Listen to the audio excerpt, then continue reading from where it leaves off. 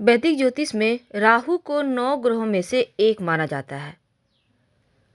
लेकिन जो अन्य ग्रह हैं, सूर्य, चंद्रमा, बुध, मंगल, शुक्र, शनि और बृहस्पति, इनकी तरह राहु का कोई भौतिक अस्तित्व नहीं है, क्योंकि राहु एक छाया ग्रह है और राहु को वैदिक ज्योतिष में धार्मिक दृष्टिकोण से बहुत ज़्यादा महत्वपूर्ण माना गया है।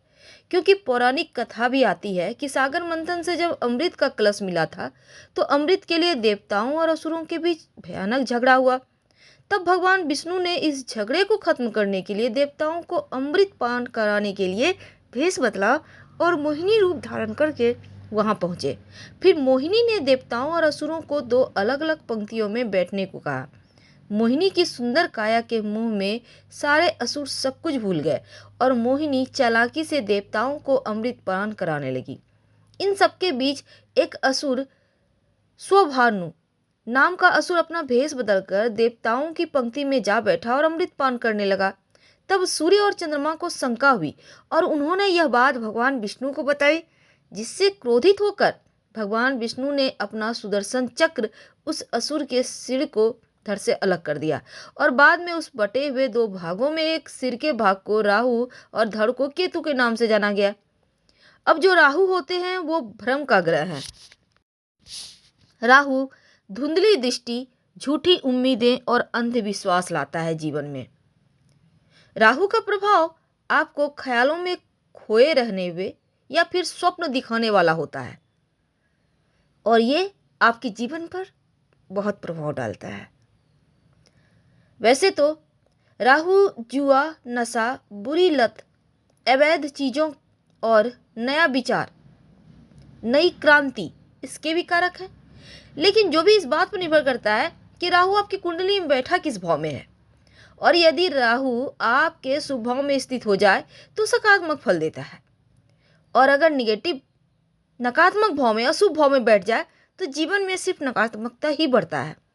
क्योंकि राहु का जो विस्तार है, राहु एक बहुत ज़्यादा ऊर्जावान ग्रह माना गया है। तो आपके जीवन पे राहु का इस परिवर्तन का क्या प्रभाव पड़ेगा, क्योंकि कुंडली के हर उस भाव के प्रभाव में वृद्धि करता है जहां ये बैठता है।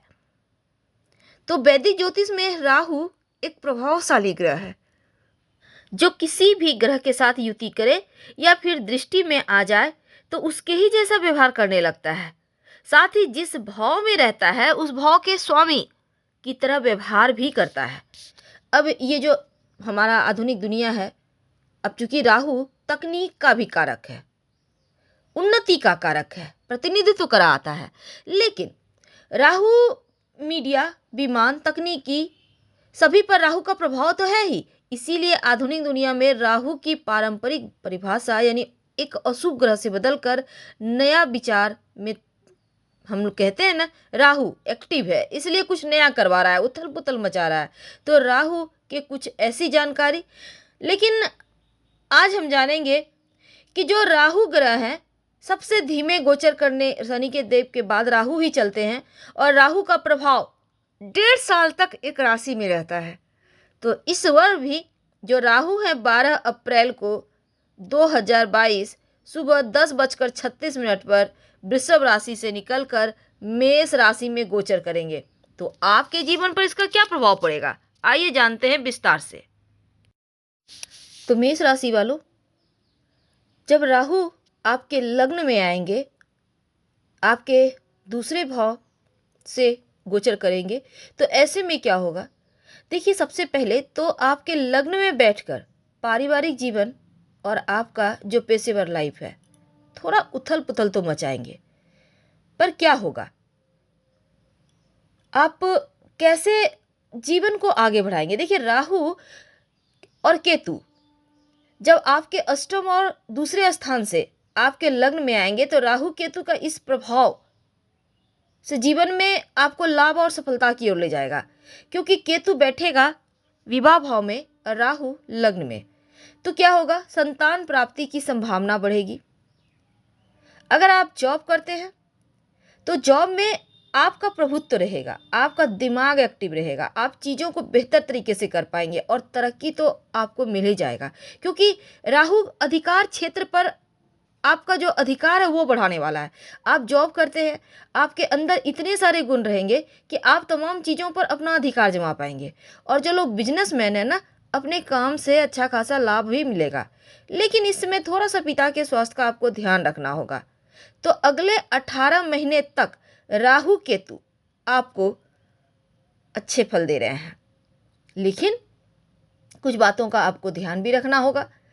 अब देखिए यहाँ पर मेष वालों के लिए राहु का लग्न में बैठना बहुत सारी चीज़ों को आपके पक्ष में करेगा। कुछ चीज़ें आपके हाथों से निकलती फिसलती नजर आएगी।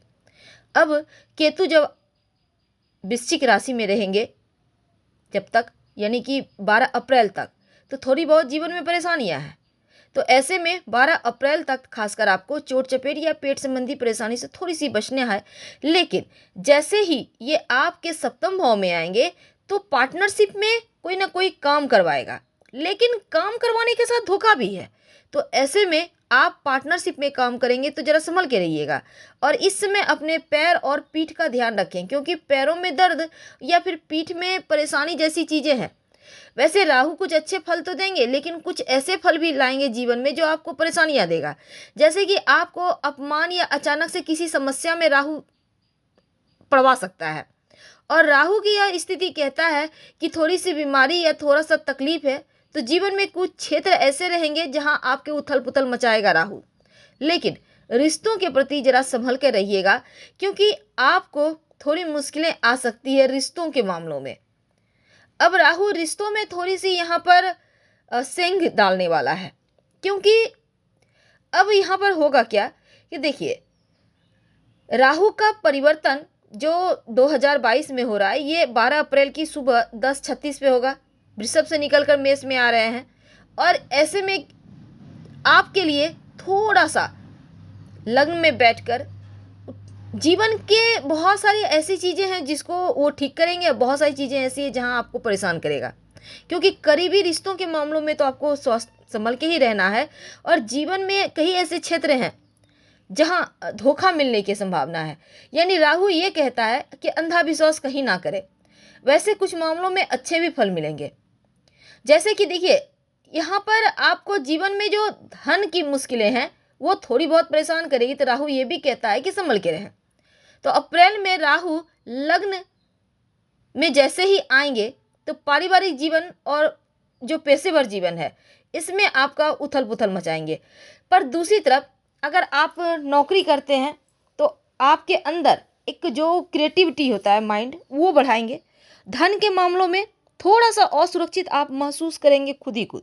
तो ऐसे में आपका जो निजी संपत्ति है, किसी भी तरह का निवेश ना करें, और कोई भी सौदा बहुत सोच समझकर आगे बढ़ाएं, क्योंकि निगेटिव फल दे सकता है। थोड़ा सा वाणी में कठोरता लाएगा लग्न में बैठकर। और अपने जो आपके अपने हैं उनके साथ थोड़ा सा नम्र रहिए।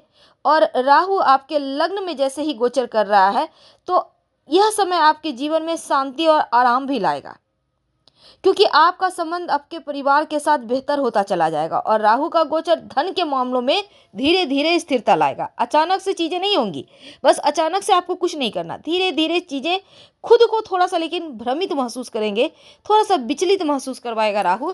तो इनसे भी आपको बचना होगा। कोई भी बड़ा निर्णय लेने में थोड़ी बहुत कठिनाई है, हालांकि आपका झुकाव कुछ नया करने की तरफ रहेगा। और सर के ऊपर लगेगा जैसे भारीपन है, यानी मांसपेशियों में दर्द, थोड़ा सा मानसिक टेंशन, थोड़ा सा खर्चा ज़्यादा, ये सभी चीज़ें तो राहु करवाएगा। और ये समय ज़्यादातर आपको लगेगा कि आप एकदम से खोए हुए हैं, भ्रम में हैं। तो क्या करेंगे? देखिए, अगर आपके पर्सनल जीवन की बात करें तो बहुत अच्छा नहीं है, लेकिन हाँ, अगर आप चाहें तो एक मुट्ठी जौ बहते हुए जल में प्रवाहित करें तो थोड़ा आराम होगा। और साथ ही अब चूंकि लग्न में बैठा है राहु, तो आपको चाहिए कि आप एक सफ़ेद चंदन का टुकड़ा नीले धागे में लपेट कर अपने पर्स में रखें, तो मुश्किलें थोड़ी कम होगी। तो फिलहाल आपसे विदा लेते हैं। हर हर महादेव।